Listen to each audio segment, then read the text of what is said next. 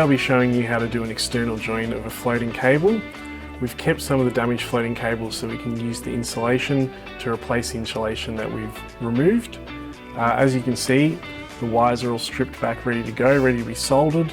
So once they're soldered, we'll be using that insulation to replace what's been removed.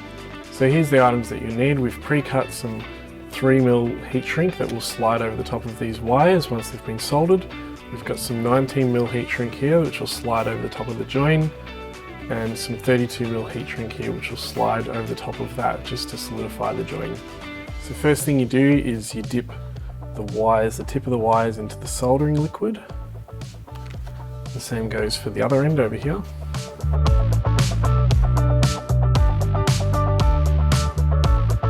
The 3mm heat shrink over the top of each wire.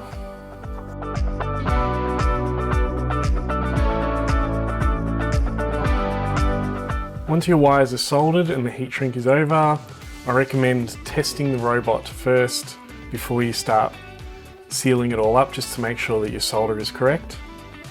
The robot's now been tested and the solder is fine, so it's now time to use your heat gun just to heat up the heat shrink and make sure it shrinks over the top of your solder. So now I'm just measuring the insulation that will cover up these wires. I recommend just going maybe about 1/2 centimetre over each side, just so it compensates for the bend in the wires. So I'm just going to slice right down the middle here, and that will reveal the insulation in the middle. You can just peel straight out. Once you've got the insulation over your wires, just open it up a little bit and get your hot glue gun, and just down the side here, just pump in a thin layer of glue, just enough so that the wires will stick to the sides of the insulation.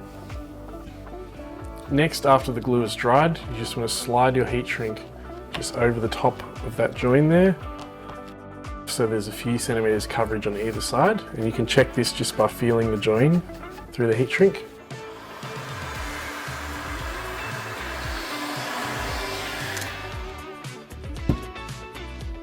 So once the heat shrink here is sufficiently cooled, you just get your next bit of heat shrink and just slide that directly over the top.